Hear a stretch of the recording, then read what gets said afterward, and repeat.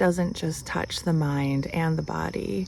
It reaches down deeply into our soul.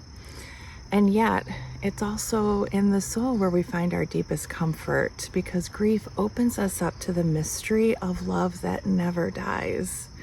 Today, we're exploring grief through the lens of the soul, our own souls, where God meets us in our pain, where love continues beyond loss, and where healing begins from the inside out.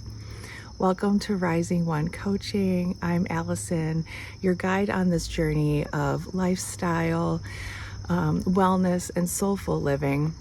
And together we explore practices that nourish our bodies, that calm our minds, and that deepen our connection with spirit.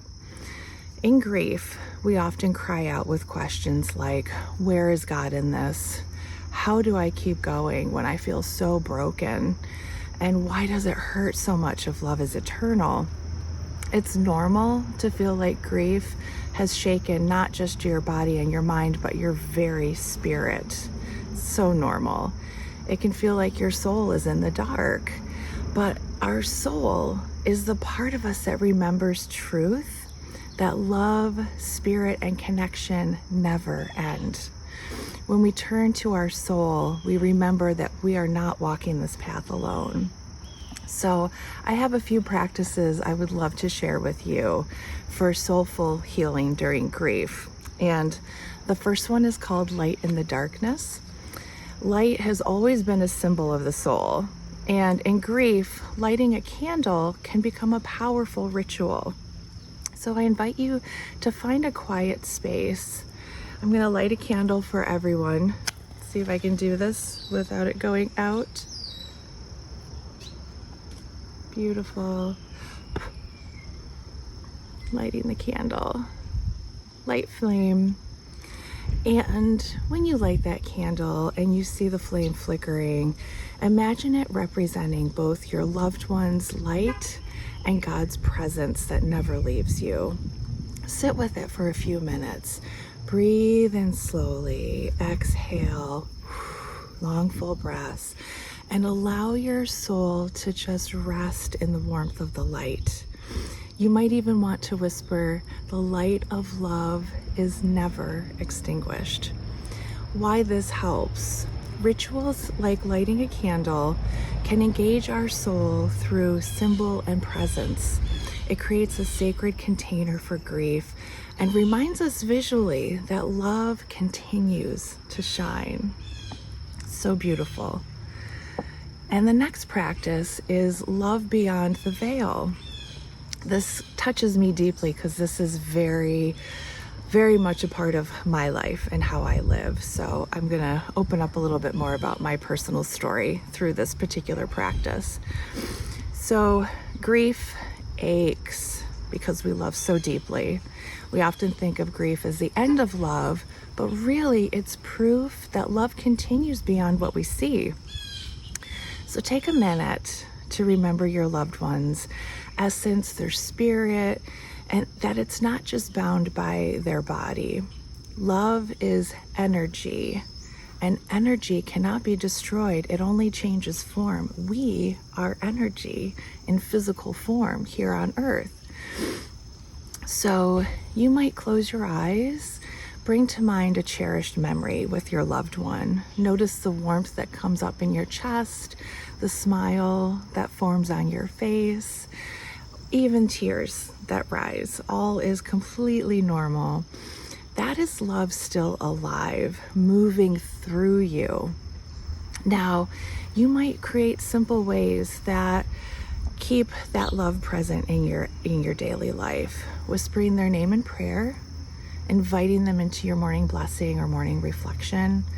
This is one that's really especially present for me, is paying attention to signs, a song, numbers, a particular bird, a flower, rainbows that remind you of them. So here's where I'll share a little bit of my personal story of some grief that I've experienced in my life. When I was 12, I'm the oldest of 3 girls, and when I was 12, my mom gave birth to the first boy in our family. So exciting. We were all thrilled. And we all helped to take care of him, diaper changes, feeding, dressing him. It was just an amazing time in our lives that summer.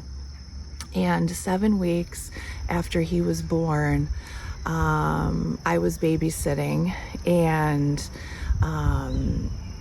he ended up passing away from sudden infant death syndrome. I found him in his crib, and it was a very traumatic experience. It was very difficult. It is something that I've worked through as an adult. We have an amazing family, and we had an amazing church family at the time. So we had lots of love and support around us through that loss. But that always stays with you. But I have learned ways to heal and work through all of that, as you know, like I said, as an adult. So step ahead to 3.5 years ago, when my spiritual awakening began. That was prompted by loss as well. The loss of my dear Aunt Ruthie, who passed at 60 years old, way too early. And a relationship, a long-term relationship I was in at the time, was beginning to come to the end of its cycle. And I, up to that point, was pretty much agnostic. I'm like, I don't really believe in God, but I don't know if I don't believe in God. I was very lukewarm, wishy-washy. And after those events happened in 2022, a series of very strange signs and synchronicities began happening. And I was like, what is going on? This is really weird. And about, what was it, last week or the week before, I mentioned a book that 2 friends had recommended to me. They didn't know each other. They recommended it within the same week. So it all happened around this time. So I was like, okay, I'm going to read the book. And it's a wonderful book. It's called Signs by Laura Lynn Jackson. Maybe some of you have read this. Highly recommend it if you are looking to find ways to continue that loving connection with your loved ones who have passed. Well, my story is, I was very skeptical at this point in spirituality and communicating beyond the veil, and I sat down by myself. I was reading the book. I got to a point in the book where I closed it, and I just said, okay, if this is really real, and I was thinking about my brother, I said, what's our sign gonna be? And it's usually the first thing that comes to your mind. And the first thing that came to my mind was teddy bears. And I said, no, that's way too easy. Teddy bears are all over the place. You see them everywhere. That's way too easy. And I said, we'll have to figure out something else. So I opened the book back up, feeling skeptical, like, I don't know if this actually works. And the next chapter, without me even knowing it, I opened the page. The title was Babies and Bears. So I said, wow, you can't even make this up. So I said, okay, bears it is. So that's the sign that I have with my brother. And it's wonderful. I absolutely love it. We've actually communicated a few times, and it's beautiful having that connection still alive. So, to go in a little bit more, when you're feeling your loved one close, when you're thinking of memories of them, place your hand on your heart and you can say, love is here, love continues, love holds me. And when you're doing this, you're anchoring yourself in the truth that nothing can ever sever that bond of love, ever. It's eternal. And when you open to that truth, your grief can begin to shift. Doesn't necessarily go away fully, but it does shift. And it softens because your soul knows that this connection's eternal. Why this helps, remembering love's eternity allows the soul to rest. It transforms grief from only losing it to ongoing relationship, not physical but spiritual, woven into the very fabric of our being. My practice, like I was saying before, is creativity, soul expression. So grief often holds feelings that are so big and too big for words, and the soul longs for expression, and creativity can become that doorway. You could write a letter to your loved one. You could color or paint your feelings, create a small altar or space with beautiful remembrances, items, flowers, stones, pieces of jewelry, things that remind you of them, photographs. Let your grief and your love take form through your hands and through creativity. This isn't about the art being good.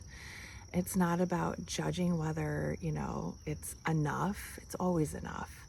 It's about giving yourself and your soul a space to speak. Now, why this helps? Creative expression allows the soul to process emotions beyond just words, and it transforms pain into beauty, remembrance, and release. Now let's pause. If it's safe for you, if you're not driving, take a moment to pause and close your eyes if you'd like. Place one hand on your heart, it's my favorite thing. And you could put the other one on your lap or on your belly. And inhale, whispering, God be with me. Exhale, whispering, love never ends. Inhale, my soul remembers. Exhale, I am held. And you can sit in the stillness for a few more breaths. You could repeat the same words if they are helpful for you, and just let your soul rest in this truth. Now, grief might shake us, but it can't steal the truth that lives in our souls. We are never alone, and love continues beyond space and time. So as you walk through grief, let your soul remind you there is presence, there is always love, and there is healing. Let's close with an affirmation. You can repeat softly with me. My soul is held, my soul is loved, my soul is at peace. May your soul carry you gently through grief, always anchored in Spirit's love. Thank you so much for showing up today. I love spending this time with you. I hope this was helpful in some way, shape, or form. If you found it helpful, I would love for you to like, share, and subscribe to the channel. It always helps to get more of this helpful content out to more people. I hope you have a wonderful morning, afternoon, or evening, wherever you are. Blessings.